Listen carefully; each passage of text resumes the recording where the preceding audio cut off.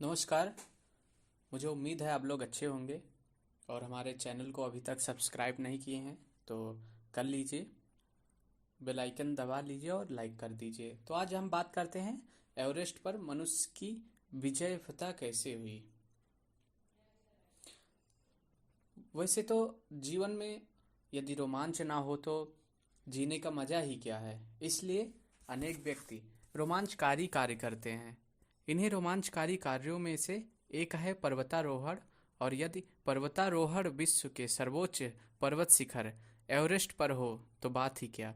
तो चलो पर्वतारोहण के इस रोमांच की मजा लेते हुए एक प्रस्तुत लेख में हम आपको समझाते हैं। यूं तो संसार में अनेक पर्वत शिखर हैं, पर इन सब पर्वत शिखरों का शहंशाह है एवरेस्ट, संसार का सबसे ऊंचा पर्वत शिखर। इस पर्वत शिखर को एवरेस्ट नाम कहाँ से मिला और इसकी ऊंचाई कितनी है, आज हम इसके बारे में बात करेंगे। अभी तक कितने लोगों ने इस पर फतेह हासिल की है और कितने लोगों ने इस पर अपने देश के झंडे लहराए हैं, तो आज हम इन सब चीज़ों पर बात करेंगे। भारत के सर्वेयर जनरल जॉर्ज एवरेस्ट के नाम पर हिमालय की सबसे ऊंची चोटी का नाम एवरेस्ट पड़ा, जिसे चीनी भाषा में चोमोलुंगमा और नेपाली भाषा में सागर माथा के नाम से जाना जाता है। एक शिखर है और तीन तीन नाम है, क्योंकि यह सबसे ऊंचा भी है। ऊंचाई भी तो बहुत है, 29,028 फीट, यानी कि 29,028 फीट। लगभग 6 करोड़ वर्ष से यह शिखर गरोन्नत मस्तक किए खड़ा था। इतनी ऊंचाई की मनुष्य की तो बात ही क्या, परिंदा भी जिसके ऊपर से पर न मार सके। लेकिन मनुष्य तो आखिर मनुष्य ही होता है। असंभव को संभव करने के लिए वह सदा प्रयत्नशील रहता है। खतरों से खेलना उसकी आदत है। अज्ञात को जानना उसे बहुत प्रिय है। फिर भला अभिजीत एवरेस्ट पर चढ़ने का प्रयत्न वह क्यों न करता। एवरेस्ट पर चढ़ने का प्रयास करने वाले सबसे पहले पर्वतारोही थे जॉर्ज मेलोरी और एंड्रयू इरविन। दोनों ब्रिटेन के निवासी थे और इन्होंने 8 जून 1924 में दोनों एवरेस्ट के उत्तरी छोर से आगे बढ़ते हुए 23 फीट की ऊंचाई तक जा पहुंचे। 23,000 फीट की ऊंचाई तक जा पहुंचे।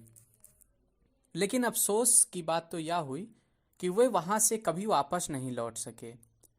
मेलोरी का शव तो 75 वर्ष बाद मई 1999 में बर्फ में दबा हुआ मिला, यानी कि 75 वर्ष बाद, 75 वर्ष के बाद मई 1999 में बर्फ में दबा मिला।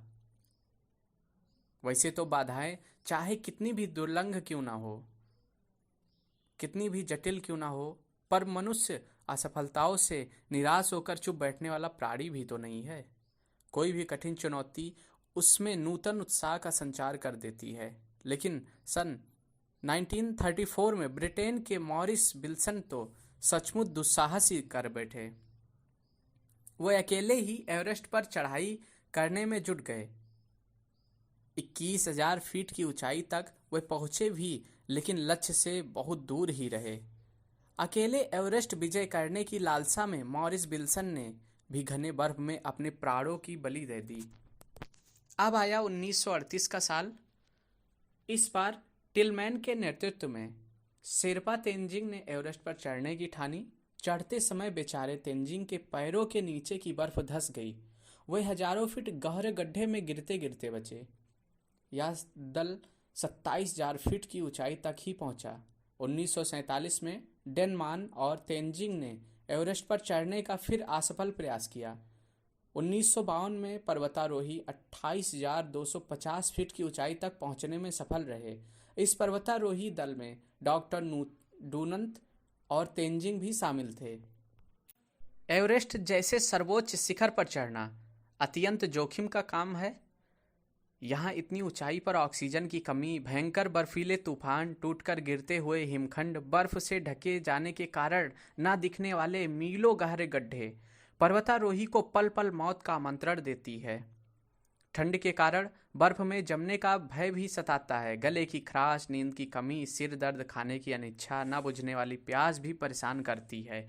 लेकिन साहस पर्वतारोही बड़ी से बड़ी बाधा आने पर भी नहीं घबराते, हौसला नहीं खोते, वे बड़े से बड़े संकट का समाधान खोज लेते हैं। एक दिन तेंजिंग और हिलेरी बर्फ की ऊंची दीवारों के बीच में से ऊपर चढ़ने का रास्ता बना रहे थे। अचानक हिलेरी के पैरों के नीचे बर्फ धंस गई और वे एक गहरे दरार में नीचे जा गिरे। तेंजिंग और हिलेरी दोनों एक रस्सी से बंधे थे। तेंजिंग संभले और उन्होंने फौरन अपनी कुल्हाड़ी बर्फ में गड़ा दी तथा हिलेरी को और अधिक नीचे गिरने से रोका। फिर धीरे धीरे रस्सी खींचकर उन्हें मौत के मुंह से निकाला। इस अभियान में पर्वतारोहियों ने अथक परिश्रम करके अधिकाधिक ऊंचाई पर 9 शिविर बनाए। 9वां शिविर एवरेस्ट के शिखर से लगभग 1000 फीट नीचे था।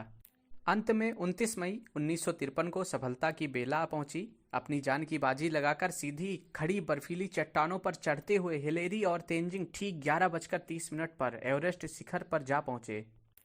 वे एवरेस्ट पर भारत, नेपाल और ब्रिटेन के झंडे फहराकर नीचे लौटे। मनुष्य के साहस और अध्यवसाय के सामने इस बार एवरेस्ट ने सिर झुका लिया। इन एवरेस्ट विजेताओं का संसार भर में भव्य स्वागत हुआ और इस तरीके से एवरेस्ट पर मनुष्य को सफलता प्राप्त हुई। फिर आगे भी और भी कई कहानियाँ आपको सुनने को मिलेंगी। हम दूसरे पार्ट में बात करेंगे क्योंकि यह बहुत बड़ी वीडियो हो जाएगी, इसलिए हम दूसरे पार्ट में बात करेंगे।